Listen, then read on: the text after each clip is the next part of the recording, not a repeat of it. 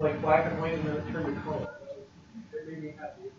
I could have planned that. In fact, I thought I would have done that. It's good stuff. All right, Ephesians. Let me just read it to you, okay? We'll read through all three sections up here. So you have your notes, and I've kind of broken it up into three different points. But one passage here, and here's what it says. It says, "For this reason, I kneel before the Father, from whom every family in heaven and on earth derives its name. I pray that out of this glorious riches He may strengthen you with power through His Spirit in your being, so that Christ may dwell in your hearts through faith. And I pray that you, being rooted and established in love, may have power together with all the Lord's holy people to grasp how wide and long and high and deep is the love of Christ, and to know this love that surpasses knowledge, that you may be filled to the measure of all the fullness of God. Now to Him who is able to do immeasurably more than we can ask or imagine, according to His power that is at work within us, to Him be glory in the church and in Christ Jesus throughout all generations, forever and ever. Amen." I love this passage. I love this prayer, the prayer that Paul prays for his church. And so when it says, "For this reason I kneel before the Father," it's Paul saying, "I'm kneeling before the Father." If you were at the community service at 9 o'clock, you already heard this, but you get the long version now. People in your soul, yeah, good for you. So she's going to have this whole passage. Yeah, right, double up. So this is Paul, and Paul is praying this great prayer, and I want to just give a little background here. Okay, you guys have heard me teach about Ephesians before, a lot of you have. But Ephesus was a place where love was not to be found before Christ got there. Okay, Ephesus was a city. It's in modern day Turkey. If you take your cruise in the Mediterranean, which I'm going to do someday, I'm going to just hop off the beach and walk a couple miles and be in Ephesus and check it out. It's going to be awesome. Someday, doing this. Where you can go see Ephesus. You can walk through the ruins. You can see where the temple to the goddess Artemis was, the goddess that they worshipped, where pagan horrible acts happened. Ephesus was a place where husbands were not faithful to their wives, where wives weren't faithful to their husbands, where they would go down to the temple and they would engage in horrible acts and then come back to their home and pretend that there's love there when there's not. Ephesus was a place where children were not regarded as important, a place where kids really weren't loved. And you can see that in the teachings of Paul. He teaches how to have good marriage, right? It says, "Husbands, love your wives like Christ loved the church." He's teaching these new Christians in Ephesus how to have love. Here's how you love your wife. Guys, you love your wife like Christ loved the church. And why did Christ do the church? Well, He sacrificed and died for the church. Right? So you love your wife with the sacrificial love. And so He teaches them that. And they find that in Christ. He teaches them how to parent. He tells them, don't exasperate your kids. Don't get your kids all fired up and riled up and scream at them and yell at them and hit them and treat them like they're nothing. He teaches them how to parent. He teaches kids how to love their parents. He says, "Children, obey your parents, for this is right." So He's teaching them how to love. As He writes back to this church that He started and He's now away from, and He's writing a letter. Ephesus was a place where the economy was all wrapped up in slavery, slave trade. So there was buying and selling of slaves, and ships would come in with slaves, and there would be slaves in Ephesus. Slaves were there because of the practice of infanticide, which means that when a baby was born, if it was not perfect, if it had blemishes on it, they believed for religious reasons, not Christian religion, that baby wasn't good enough, and so they would leave it on the mountain. And so what would happen is slave traders would go up on the mountain, and they would collect these babies and rescue them, but rescue them into the life of slavery. And so slavery was how the economy rolled in that position. So you can just see that this is a place that is absent of love, right? Can you see that? And putting yourself in that place and being in that position, can you imagine getting a letter like this? Like, you've heard about Jesus, because Paul has come through as a missionary. Thank God that Paul responded to the call to be a missionary, and he went to preach the gospel so people could be saved in Ephesus, right? And that's this turned upside down for Christ. And let's say that you just learned about Christ and you accepted Him, and you get this letter to your church, and they would have passed it around to different houses, and they would have read it, and you start reading this letter, and it's all about how God loves them, and how they're supposed to love other people, and what love really looks like. Isn't that cool? That's pretty awesome. So if you're in the, we can read it today and it's really powerful, but if you're in their position, maybe you're a slave who's never been loved, maybe you were that baby that was left on the mountainside, maybe you're a wife whose husband has run off, and in a culture that was just what happened. Maybe you're a kid who had never received love, and then you find out that there's love in Christ. It's pretty amazing, and it's a powerful love. It's not just I love tacos and I love pizza, right? It's powerful love. We know that love is powerful. Don't we know that love is powerful? When I stood up front and waited for Charity to walk down the aisle and saw her face, I knew that I would have to do anything she asked me for the rest of my life. Because I just loved her that much. There's no turn back. When Josiah was born, it was like surreal, right? Like, what is happening? I cannot believe we're having a kid, and there's a basketball game on the TV, right? In the delivery room, and like, we need to turn this off. And Dr. Ford convinced me, I was like, no, leave it on, I like the distraction. But he's like doing baby stuff and watching the game like that. Even this is for the playoffs, so it's pretty important. They won the championship that year, 2014. So it was this weird moment, and this baby comes out, and it's like shocked, it was beautiful. And the moment I fell in love with him, sorry to say. I was thinking of you not being in here, being downstairs. So, I loved him. I fell in love with him at this moment when I was holding him. And you know how they get those little hats for him at the hospital? Like, these sweet lady hats, and it has the hat on. And so I put the hat on, and then a couple of minutes later, he sneezed, but huge. He's like, I'm sure where this hat flew out. And so I was like thinking in my head, like, he had me at a shoe, not at a weight. So 13 years already. Yeah, 13 years already. Oh no, the crowd up here. You have to preach now. But we know that love is powerful because we see love, and we are affected by our love for people in our own relationships, right? So what would love be like from a perfect and holy God that John actually defines? When he defines God, he says God is love. Not just that God is loving, but in God's character, in who he is, God is love. That all true love stems from God and comes from God. And so Paul prays this prayer. And it's a prayer about the power of love. And I cannot get the Back to the Future song. This morning when I was teaching, it was in my head. And I was like, don't be money, don't be fame, don't be a friend. Come on, power of the love. power of love. All right, anyway. One's powerful, and I'm back. Jerry Lewis, right? What's that? Jerry Lewis? Is it Jerry Lewis? I forgot the name of the singer. Huey Lewis. That's right. Jerry Lewis is the funny guy, that's right. We watched that movie over and over and over. We were kids, and a bunny rabbit, this white bunny rabbit, like floats on floating in the pool and gets sunburned, and so like one swing is like later he's white, and the next thing all his birds running from his whole thing. Over and over and over again. Oh, this is good stuff. Okay. Huey Lewis.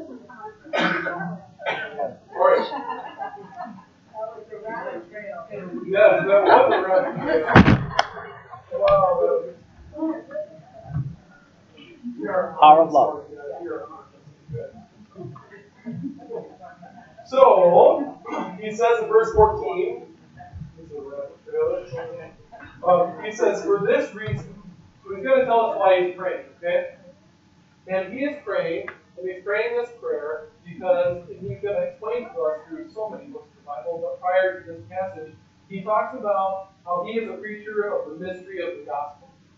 The gospel has been hidden, and the mystery of the gospel has been hidden for generations, but now in Christ Jesus, it is not hidden anymore. Jesus died on the cross, he rose again. Those who accept him get to realize the great mystery of this gospel, that a God would love us so much that he would die for us, that he rose again. And the mystery of the gospel, I think that he's really hitting on, because he says, I think in Colossians, that the mystery is Christ in us, the hope of glory. And the mystery that he really wants to hit on and wants them to understand is that Christ not only died for them and rose again, but that Christ lives inside them as Christians. And this is what he wants them to understand. This is the prayer he's going to pray. And we pray things all the time, don't we? Isaiah fell last week on Friday night. He was sitting on a scooter and he hit a flip-flop and went forward and his face planted into the snow. Oh, yeah. And there's blood everywhere, 3 feet loose. And so immediately I grabbed him and, pull the blood and everything like that. Trying not to drip on grandma's carpet and stuff. But I prayed for him, right? I had a cold. Why do you have a cold with 85 degrees out? I don't know. But yesterday I had a cold. And so I'm praying for this cold. We pray often for physical outside things, don't we? And it's interesting to me, and in a special way for this church, that Paul is praying about inside stuff in this prayer. And he's going past the physical and past the Susan broke her leg and all these things. And he is praying about inside stuff because he knows that Christ will do in these people what he's done in Paul on the inside, but all these other things will be taken care of pretty easily by Christ's power. So he says, for this reason, because he's a preacher of the gospel, ready to declare the mystery, he says, for this reason I kneel before the Father. So he's kneeling before the Father in prayer for this church that he loves. And for a pastor, you can grab onto this super easy, right? The pastors love their churches, they love you guys, I pray for you guys. Pastors love their churches, but you can grab onto this in and of yourself as well, because people need prayed for, the people you love need prayed for, FaithWay needs prayed for, by you, FaithWay needs prayed for. So all of us can grab onto this idea of getting down in prayer for the people that we love, the people that God's put in our lives, and we'll pray a prayer like this. He says, for this reason I kneel before the Father. In the Greek, the phrase, I kneel before the Father, can literally mean face to face. He could say, or it could be translated, for this reason I'm face to face with the Father. For this reason I'm face to face with the Father. And that, the number 1 on your thing there is the word closeness, or intimacy. Decided not to go with intimacy. I'm down there because we're meaning about closeness and intimacy. But it says, for this reason I kneel before the Father. For this reason, Paul is face to face with the Father. He is close with the Father. He has intimacy with the Father. And Paul is somebody who, on the road to his last journey to Damascus,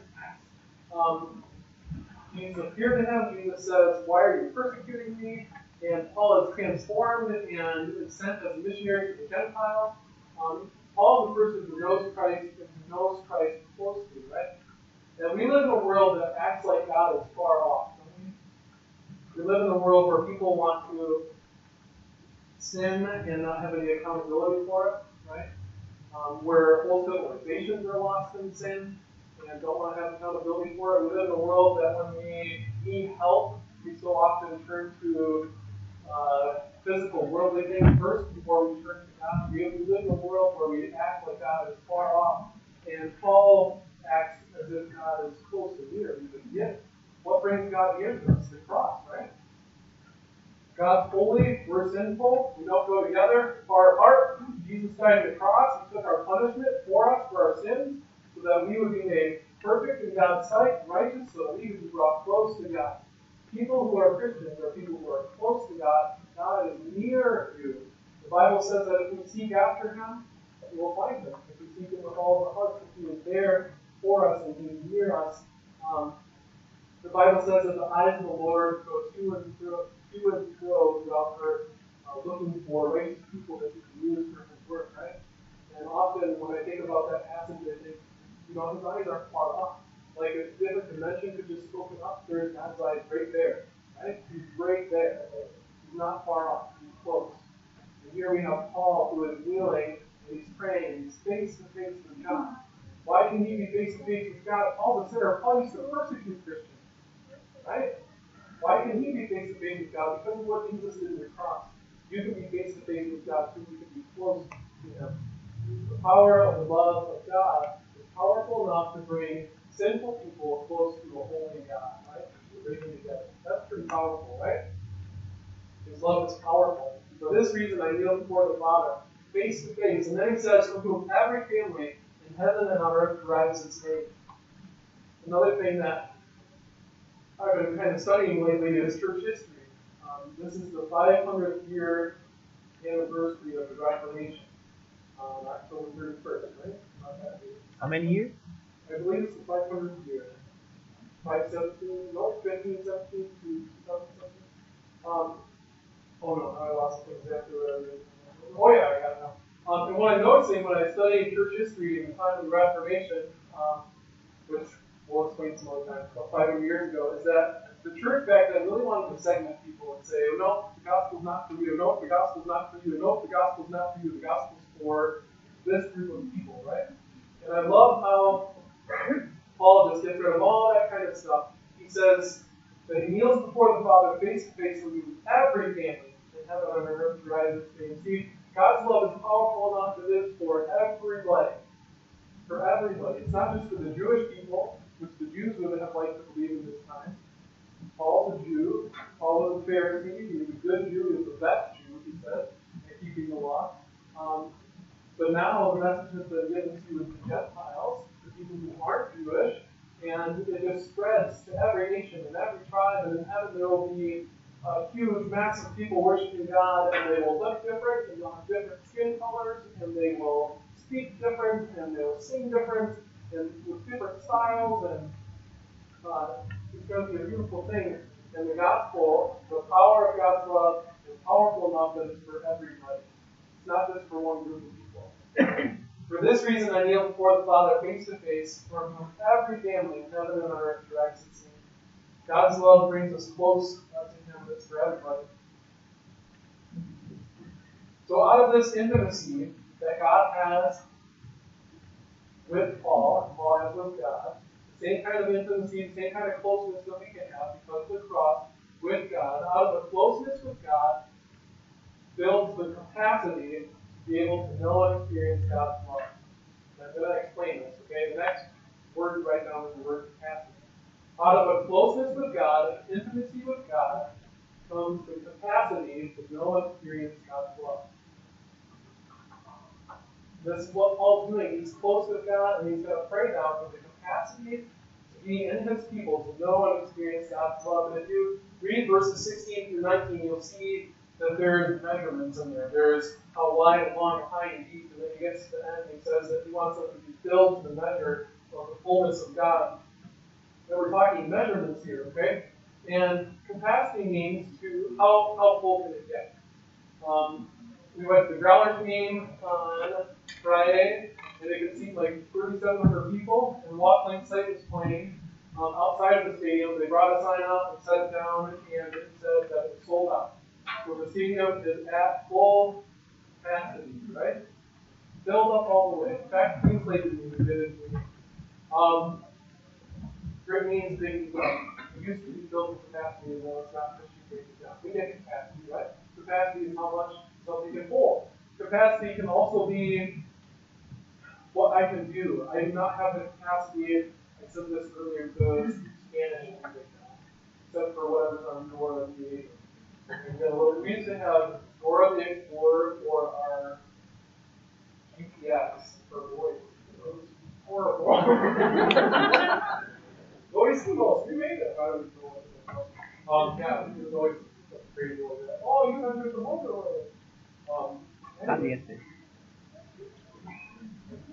I don't know what I was talking about. I got to stop using illustrations. There's no point. What was that? Capacity. Yeah, capacity. I can't. Don't have the capacity. Capacity can be how full something can get or the ability to do something. Okay? I do have the capacity to play catch with Josiah outside. I have that capacity. I do not have the capacity to tell illustrations while keeping on practical service. So there we go. A closeness with God leads to the capacity to be able to experience and know God's love.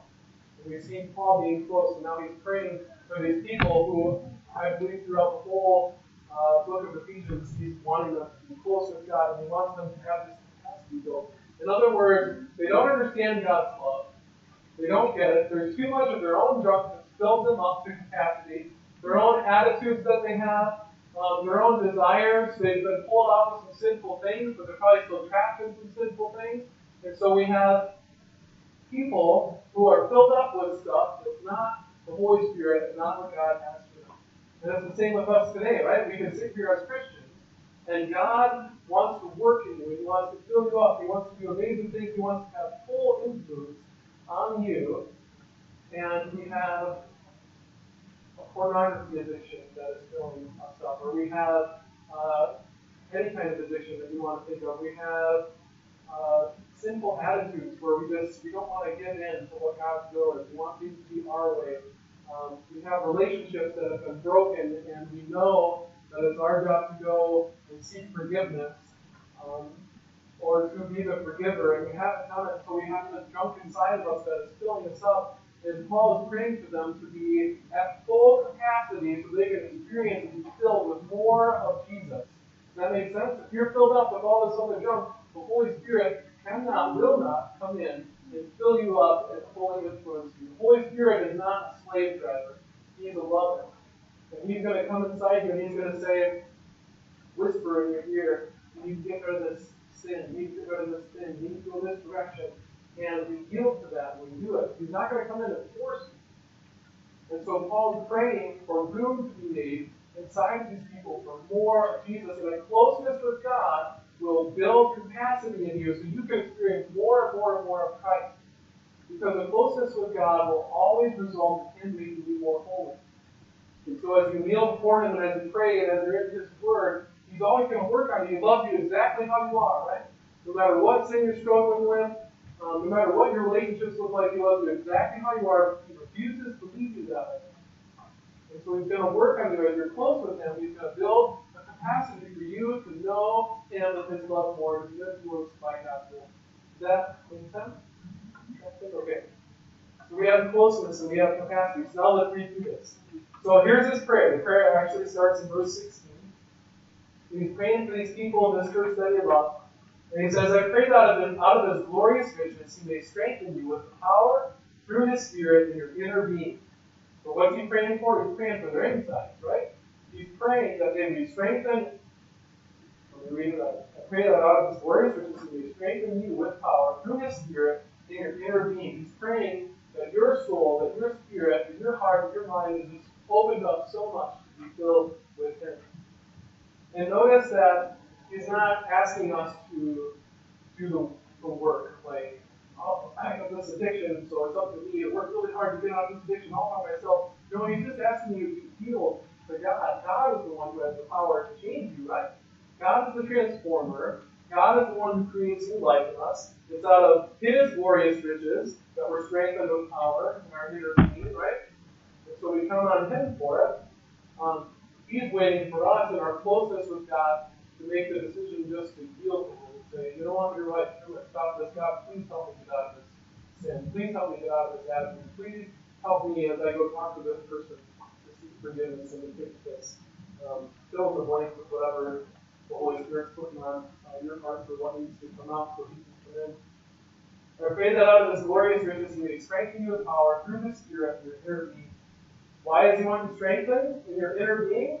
So that you have the capacity to have Christ dwell in you more, right? So He says, so that Christ may dwell in your hearts through faith. He's creating room for Christ. That's what He's praying for them.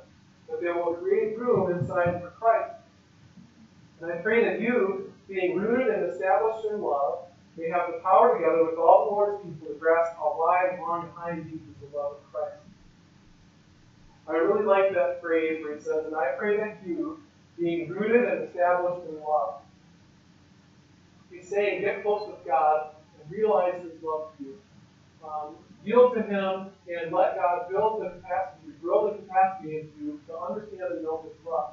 And when that happens, when the power of His love is working inside of you because you're inviting it, He says that we can be rooted and established in love. He prays for them. I pray that you will be rooted and established in love. That's the result. So take it to the nature scene, okay? I have worked with Mike on with landscaping sometimes. Some of you this week have been doing stuff with trees. You've been in them like that. Trees are there on top of the ground. The roots go underneath. It rains, and the roots, with a lot of power, actually suck up the rain and the water so that the tree can be hydrated and so it can grow properly, right? And so He's taking that picture and that scene and He's saying, I pray that you, being rooted and established in love, that the soil and the water that is making us grow is love. What would it be like if our life, if your soul, if your inner being was rooted deep in love, in the love of Christ? What would grow from it? When a tree is rooted in good soil and is watered well, it grows, right? And the leaves are pretty, and we can get saps from some of the trees and fruit from trees. And he's saying, what would it be like for you if you were close with God and you made changes that God asked you to and believed His power would help you do it, and you made the capacity for Him to fill you up more and more with His love? What would it look like if you were rooted and established in love? What would grow from you? What would happen when the person who is so annoying to you comes and talks to you when you're rooted and established in love? How would you respond to them? You would respond out of love, right? Because you're rooted in love. What would you say about the person who's frustrated you when they're not around you? When in the past you run them down to different groups, whatever, to their face, if you were rooted and established in love, you would all of a sudden become the defender of that person, the person who, out of love, would look for the good in somebody else. And even though you might have something negative to say that you've seen about that person, you would choose to speak the beautiful thing, and the nice thing, and the loving thing. What would happen if you were rooted and established in love? What would it look like in your marriage? What would it look like in your workplace? What would it look like as a child? If you're here and you're younger, we have a group of younger kids over there. Yeah, what would it look like as a child? If you're rooted and established in love, how would you respond when your parents asked you to do something or told you you couldn't do something? Rooted and established in love. We can be, as Christians, rooted and established in love. That love would be what grows in us. That's got to be a good thing, right? Not just any love. We're talking about the power of Christ's love. The love that was powerful enough to bring God and people together. The love that's powerful enough to raise Jesus from the dead. Paul says earlier in the same book, it's the same power and love that is at work and living inside of us. So he says, I pray that you, being rooted and established in love, and here's the word power again. He keeps putting power and love together. Power and love. That you may have power together with all the Lord's people to grasp how wide and long and high and deep is the love of Christ. In other words, if we haven't gotten close with God and starting to let Him work in us and yield to Him, so we can create a capacity for Jesus to live more and more inside us through His Holy Spirit. Jesus lives inside you through the Holy Spirit.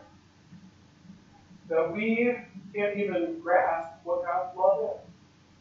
But there could be Christians, and there are Christians, who know that God loves because people have told them that they've never really experienced it the way God wants them to. It's a supernatural thing to experience and know the love of Christ. Not just to know about it, because we read about it, but to know it and experience it because He's living inside of us more and more fully. So he says that they may have the power to grasp how wide and long and high and deep is the love of Christ. And verse 19 says that to know this love that surpasses knowledge. It surpasses knowledge. You can't understand it unless Jesus fills you up and helps you understand it. So he prays that for them. He prays that they will know this love that surpasses knowledge, that they may be filled to the measure of all the fullness of God. He wants to be close with God. He wants them to be close with God. He wants God to grow a capacity for them to understand and to know and to experience the love of Christ more and more as it fills them up. We're the ones who get in the way of that, right? We need less of us and more of Him. And you know, sometimes that's a faith thing. Like if I decide to let God's will happen and not my will, is it going to go okay? God's going to lead me down some weird path. If I decide, yeah, we're going to say yes to God in all these areas, will I be happy? Well, I think we fool ourselves into thinking this sin makes us happy, right? Satan never delivers on a promise that he makes. Ever. Satan will promise all these sins are going to make you happy. Look at the world, they do this, it's no big deal. It's not going to affect you. Satan never, ever delivers. He never brings happiness out of the promise. He always doesn't come through for you because he wants to steal and kill and destroy your life, right? Who does always come through? Lord. Christ does, right? John 10:10 says that the thief comes to steal, kill, and destroy. And Jesus says that I have come to give you life to the fullest, the best possible life.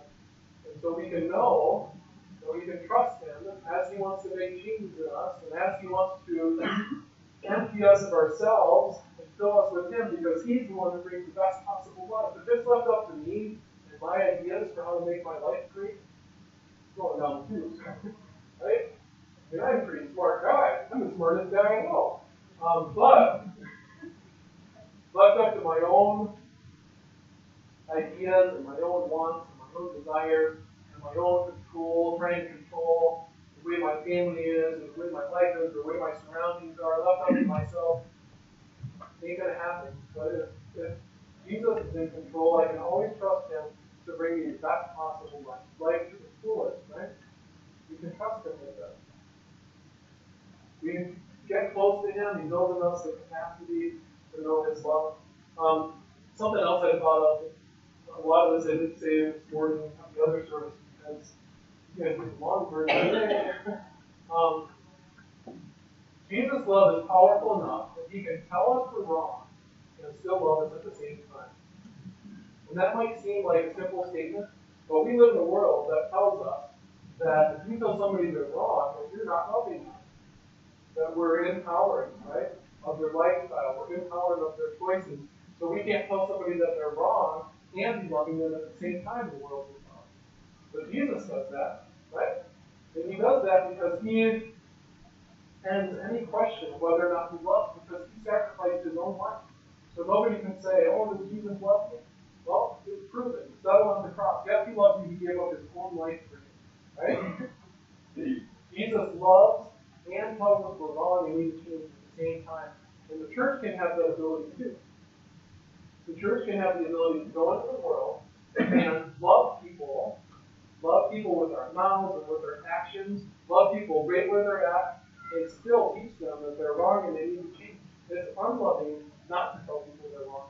To just let them wallow in their sin and be separated from God, or to have life that's not beautiful and full because we're afraid to tell them that they're wrong. If we're willing to sacrifice like Jesus did, we're the body of Christ now. If we're willing to sacrifice ourselves in love for other people, we will be able to tell other people that they're wrong so they can change as well, using his word. And I think when we talk about Christ's love, it brings close, it builds capacity to know him. It's for everybody, and his love is powerful enough that he can actually tell people they're wrong and still be loved. Speaking the truth in love. You're going to do that today at work, right, buddy? Yes. People are going to walk in and be like, oh, that's the wrong message. You need to do more sense. All right, the third point I want to make is, all wants to make, actually, I think this closeness, capacity, and the last one is power. I was trying to come up with another C there to be like cool with my alliteration stuff. Anybody got one? Synonym for power that starts with a C?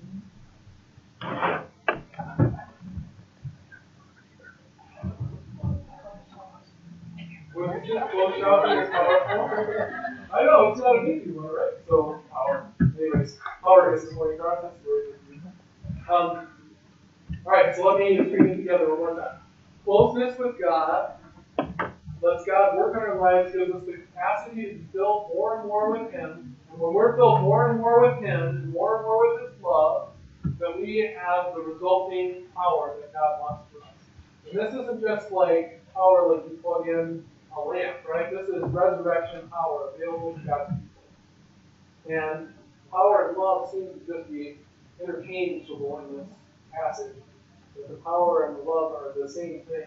So we have closeness with God, we have the capacity that grows in us to know God's love more, and that brings power.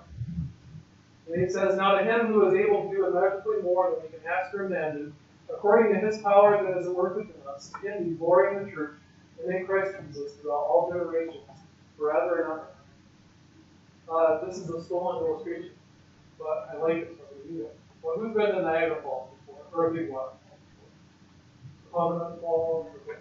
Lots of them. When you go to Niagara Falls, and you know you're like in the area, right? You can't quite see the falls yet. You can like feel a mist, right? Like you know it's there because you can kind of hear it in the distance, and you can feel a mist. And as you get closer, maybe there's a restaurant on on the American side that you can kind of see the falls from. You can sit in it and you can see the falls just at the top of it, right? We ate in there. And when you get a little closer, you can tell, well, this is even more powerful, right? Because now I can see it, and I can see like the water rushing over. And then you get up and you're on the railing, right? And you're near it, and you could jump out and just keep going. Because the railings aren't that high. And it's a little scary. Anybody have a 2 or 3-year-old who's climbed up railings before? I have. Oh, you're going to reenact the scene from the old Superman movie without Superman. It was going to be not cool. That was Isaiah, by the way. So you get closer and you're at the railings, and man, it's powerful. It's rushing through. And the the spray is coming up, and you can hear it and see it, and you're like 2 feet from depth. It's so powerful. Well, then we did this thing called the hurricane deck. Anybody know the hurricane deck? So yeah, that's right. I don't have power anymore. Yeah, that's right. So we go down to this cave, right? And there's a deck. And you walk on this deck, and you just keep walking up, and you're actually in Niagara Falls. And it's crazy. And it did lots of things. It knocked the tooth out of this guy's head. Right? It did. It knocked the tooth out of his head. It's probably good. Man, it was powerful. Point being, the closer we get to the waterfall, the more power we experience, right? So we're far away, there's a little spray. We get closer, we can see it, that's pretty powerful. We're up on the railing, that's really powerful. I'm like 50 away from death. But when I'm down in that waterfall, and it's just gushing down to me, that's power. It was amazing. And actually, it kind of reminded me like I've done there, but it was like a foresight of heaven. There was, as we walked up the steps, there was a rainbow there. It was a rainbow in a full circle. Because all rainbows are actually a full circle. You just only see that part. Because it blocks the rest out. But in the waterfall, it was a full circle. And it was just like super powerful. And it just seemed like a throne room with God experience. As close as we could get here. But the closer we got, the more power we experienced. And it's the same way with this. The closer we get to Him, the more capacity we have to know His love. The closer we get to Him, the more we're going to experience His power.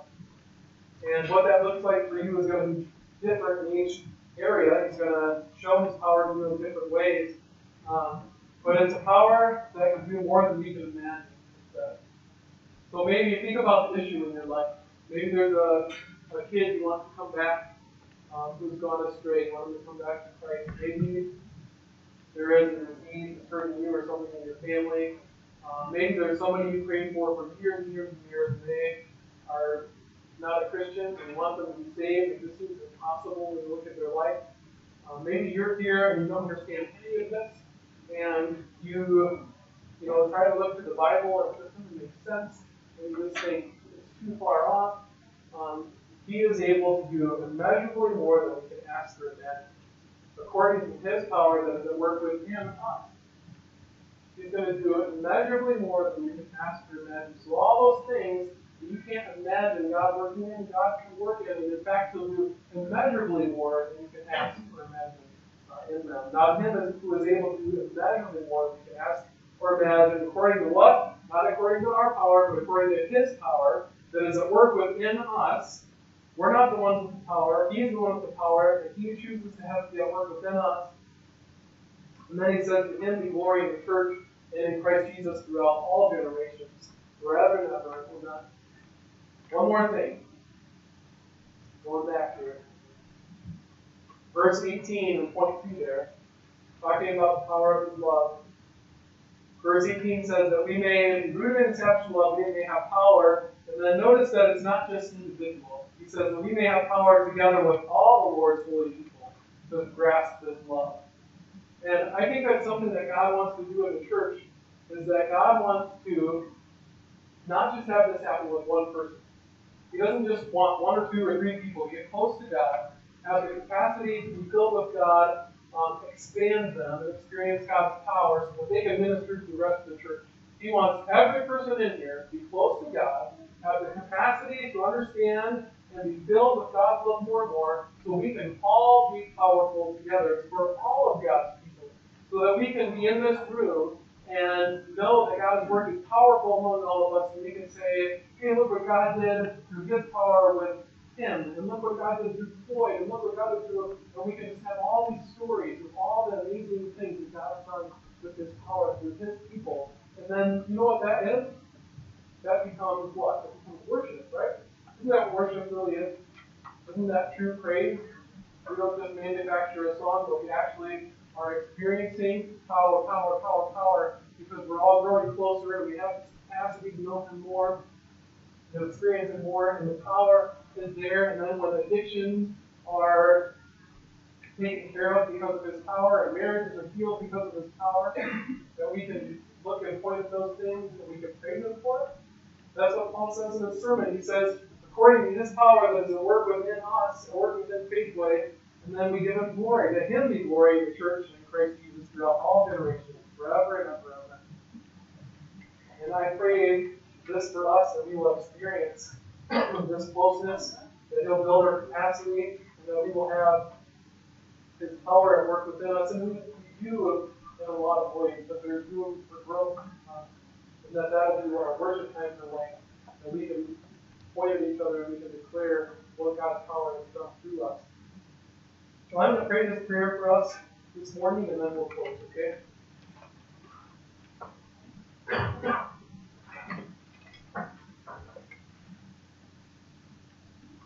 God, we love You and praise You this morning. Thank You for this church. We just praise You so much that You've planted FaithWay here. Plainwell has other nice churches, and we appreciate them. They're not single area, but we believe that You've called us to a specific purpose in our church, and so we praise You that we can be in one of these great churches in Plainwell, so that we can do ministry here with a specific calling. We pray, God, that You would just continue to enlighten us through Your word, that we would learn and that we would grow from it. We just praise You, God. Thank You that I can be the pastor here, and be able to serve and pray and study so that we can grow together. Thank You for all the growth that You have produced in me as I study Your word. And it's slow going, but I praise You for just working in me to be a better dad, a better husband, and conquering sin in me throughout the years. I praise You for that, God. Thank You for sticking with me even when I turn away.